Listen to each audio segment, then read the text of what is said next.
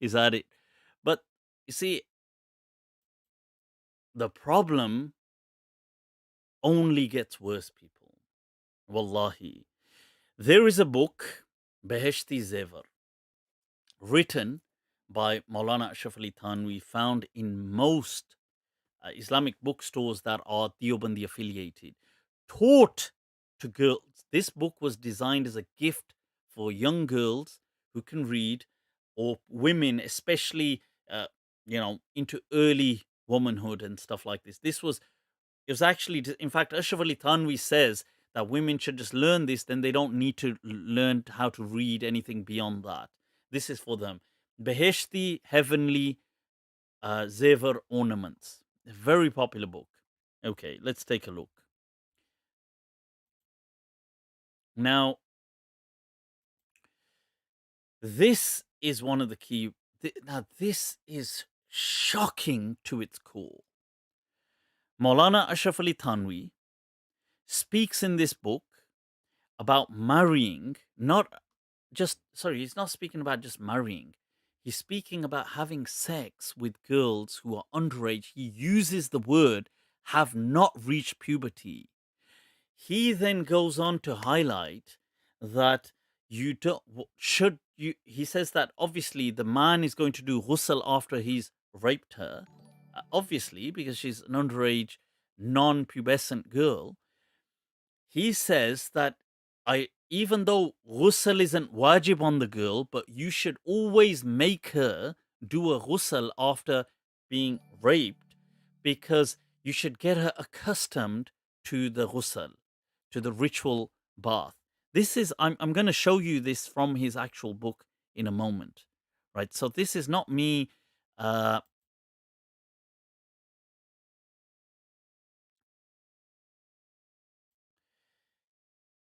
he says that, and we know himself, he married what was it, a 10-year-old as well, which I covered last week. This is the same Maulana Ashraf Ali Thanvi, okay, in his book Beheshti Zevar, saying this. Apart from the other stuff, like you should beat up women if they do this, okay, don't excessively beat them, but beat them up, lock them up. She can't leave the house without your permission. Um, all of this, and you can see that right there. So just to un momentico, Not a right? I'm single just going deobandi to. that will not accept Moulana Thanvi's writings. Yes or no? Allama Thanvi, Sheikh Thanvi, Moulana Thanvi, whatever you want to call him. Not a single deobandi that will not accept Moulana Thanvi's writings. Yes or no? Allama Thanvi, Sheikh Thanvi, Moulana Thanvi, whatever you want to call him. See, this is the. He was one of the greatest scholars of the Deobandi legacy. Many people from amongst the scholars and the pious have regarded him as to have been the mujaddid of the He was the reviver of this entire 14th century. gone. Even by looking at Hazrat Thanvi rahmatullah alayhi, he had such a lovable personality. When he would go anywhere, people would flock and just to see him and have a glimpse of him. So that's, now I'm going to show you here.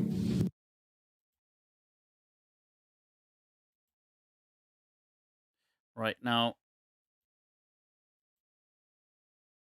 Okay, so this is just to show you that. One moment. Right, I'll just wait for this to. Bloody hell.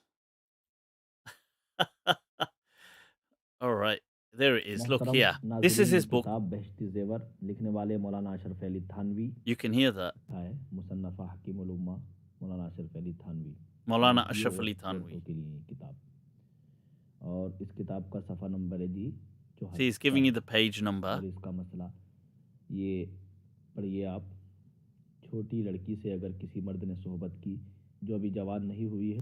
says if a man has had sex with a girl who is not yet she's not yet jawan, she hasn't reached puberty. He says ghusl isn't wajib, but adat dalne ke liye, in order to make her accustomed to the ritual bath, you should make her take a shower as well afterwards. छोटी लड़की से। ये लड़कियों और औरतों के लिए ये किताब है, लेकिन देखिए And this किस book is तरीके से written for और ये girls, by the अनगत way. और It's not written for boys. This book is written for फहाशी girls. को आम किया जा रहा है। और देखिए You know, There's not a single Deobandi that will not accept Moulana Thanvi's writings. Yes or no? Allama Thanvi, Sheikh Thanvi, Moulana Thanvi, whatever you want to call him, he was one of the greatest scholars of the Deobandi legacy. this Many is the people- problem, people. You know, somebody said a moment ago, somebody asked that why do these, that when I spoke about the Australian Deobandi Imam, why do these people, Maulana Shakib, why do they justify, why do they try to defend underage marriages? It's been so normalized to them, so normalized that they think like, well, okay, people don't do it today, but what's the big deal? And it shocks me, honestly, how widespread this nonsense is. Not a single Deobandi Imam will condemn this. I would love to see, recently, Mufti Taqi spoke out against Khatma Bukhari. He said, oh, this might become a bid'ah. He condemned it. Yeah, it became a bit of a hoo-ha. Will he ever condemn this? No. Will any of these Deobandi Shuyukh, Mashayikh, Limbada Saab, these two, Bud, what are they, Sita Gita, any of the, will they ever call out this rape for what it is? No. They will continue, wallahi, in the UK, this book is being taught in the maktabs, in where they have like Islam class or whatever. It's not like a developed madrasa, but in the mosque where they teach Islam to girls, they teach this book. Most Deobandi girls who have been brought up in this country will own a copy of this book. Did you know that? Most of them and Deobandis are only a practicing group, so you don't get lay Deobandi like the way you get lay Brilvis, because common Muslims by default are Brilvi. It's only the religious kind that actively choose to be Deobandi. So you, by default, you're not just going to be Deobandi. So Deobandi are usually a practicing crowd. So in their households, they will have Beheshti Zevar. This is in that. This nonsense. Trying to say, well, you should, you should inculcate the habit in this little 10-year-old after you forced yourself on her to take a ritual bath because, ghusl, and even though it's not wajib, but adat dalne ke liye. Yaar, you should have a habit. This is being taught here in the UK. Well, you see, now you may say, well, in some of these places, they don't teach that chapter or paragraph. That is unacceptable. Wallahi, these books need to be burnt. Okay? It's utterly unacceptable. It is a betrayal to Allah and His Messenger that this kind of bullshit can be passed in the name of Islam. Utterly unacceptable. Anybody who is promoting that book, two things. Wallahi. One, okay, they should be educated. Because maybe people don't know. Some people don't know this is in there. They probably don't read it so thoroughly. It's not a big book, but they probably haven't read it all so attentively. So I would say at first they should be educated, okay, made aware and told, highlighted. Maybe, because I don't believe most Deobandis would agree with this, but they're just going to be too chicken shit to be able to call it out for the nonce pedophilic kind of behavior that it is. They just won't be able to call it out. But I don't think most of them would agree with it. So they need to be educated and informed. Or if they are educated and informed and don't care, then wallahi, they need to be arrested. These people cannot be in positions of trust. Educating little girls. teaching them this kind of nonsense, that this is what should be done with little girls, make them grow a habit of how to take a ghusl shar'i, a ritual bath after being raped. Wallahi, this, I tell you something. This is the biggest betrayal, the khiyana, the biggest akbaru khiyana to the Prophet sallallahu alaihi wasallam. And I say this because wallahi, you've got no idea how common this book is. You're going to think that, oh, Mufti is just going on, this book, nobody's even got this book. You'll be shocked how common this book is. This is commonplace, Beheshti Zevar. And they're going to say, yeah, but our ulama said, yaar, you don't need to go by Beheshti Zevar. Koi baat nahi, yaar, koi isme chand baatein se likhi hui hain. You don't need to. No, condemn. You have to change that attitude. It can't be just, yaar, we're going to cover up for him. Stop covering up. This is wrong. It is rape. It is a child. And you're normalizing this kind of bullshit. So you need to stop and you need to call it out. And I accept that many people don't know about it. You need to educate them. And those who do know about it, they can't play it down. This kind of like, yaar, he lived in 1920. Koi baat nahi. Theek hai. He's buried, isn't he? Bury the book. You're teaching people to bury the Quran. You're saying to people, bury the Quran. You can't bury his book. Did his book come down min as-samawati as-sab'a? You're saying to people to cause enmity, bury in a graveyard. Take his book and bury it. This is the stuff that these people don't speak about.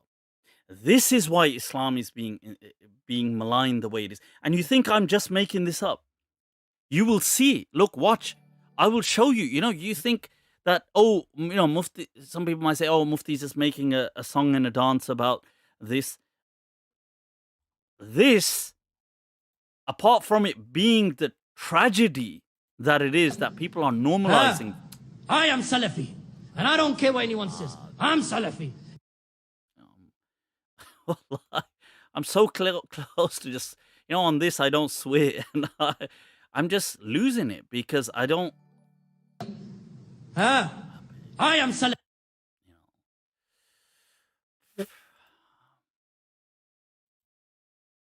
Right. Now, I'm going to show you here. Right. Because you guys would think that, look, Mufti is just saying this. People are not onto this already.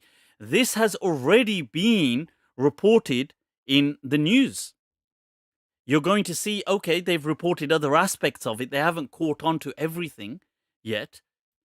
But it's only a matter of time. Look at this. Look at that. This is in the Toronto Sun. This is in the papers years ago. Book tells Muslim men how to beat and control their wives. It is necessary to restrain her with strength, even if it's to threaten her. Now, he goes on to say she cannot leave his house without his permission. She must fulfill his desires.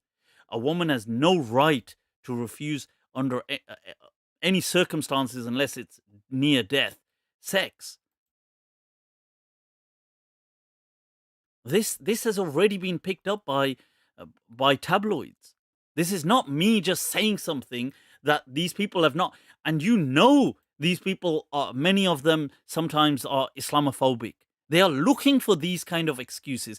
And this is the kind of filth that obviously some Muslims are unfortunately spreading.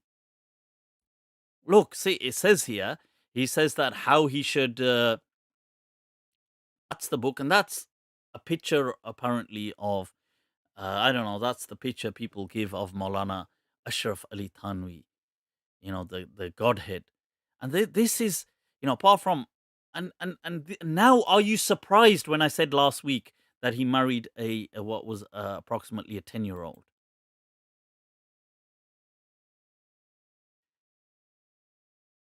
Now, you see, advising how to beat her. He should beat by hand or stick. He should withhold money from her. These are the things that,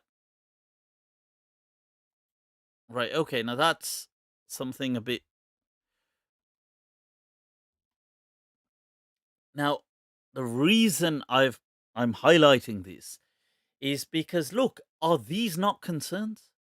Or is the big concern, these Deobandi Imams all, we've got so much time. Karo yaar, you want to, I don't mind. You do it. You're just promoting me. I have a Deobandi Imam contacting me from Australia. Usko takleef ho rahi hai. He's calling me and then justifying on the conversation underage marriages. Is this not a bigger problem? Or is it that Mufti explains miracles through natural means?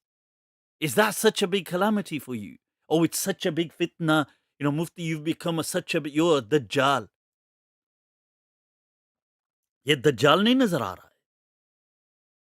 Doing all this kind of nonsense in the name of Allah and His Prophet. This is why Allah and His Prophet sallallahu alaihi wasallam have such a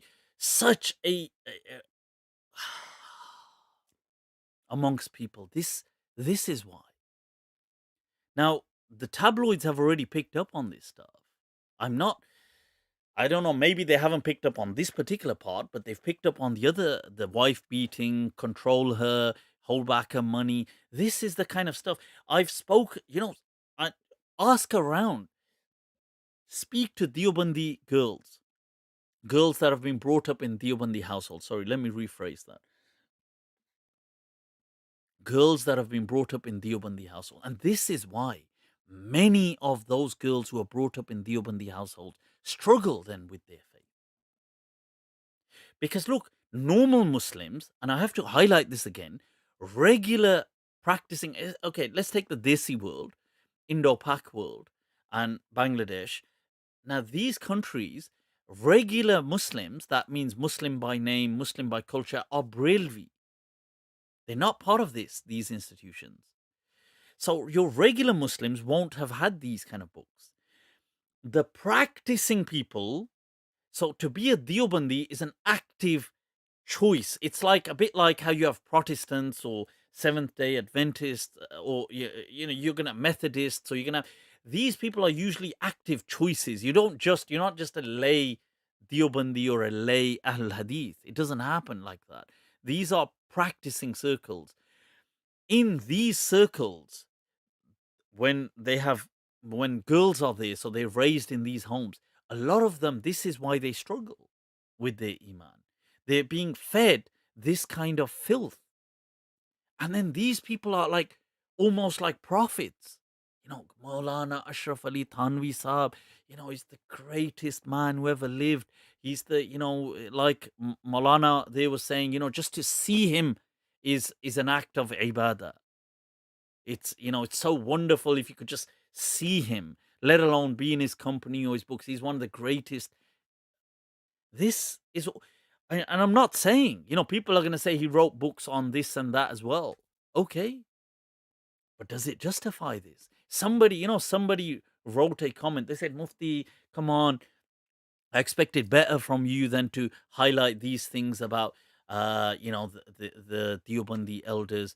Why don't you just keep it with these two? Why are you speaking about that? Are these not concerns? Does this not concern you? If your daughter tomorrow had to be told this kind of stuff, or if she was with somebody exploiting her like this, are these other little girls that has happened to, are they not people's daughters? Or is it only your problem when it happens to you? This is the problem. You don't feel what is going on with other people. It's only, oh, if it happens to my family, then it's a problem. No, it's a problem now. The fact that this man, less than 100 years ago, took a bride that was like only 10 and justified it because of some dream about the mother of the believers coming to his house speaks volumes. So we need to prioritize, get our stuff in order, man. We need to. Honestly, it riles me, this stuff.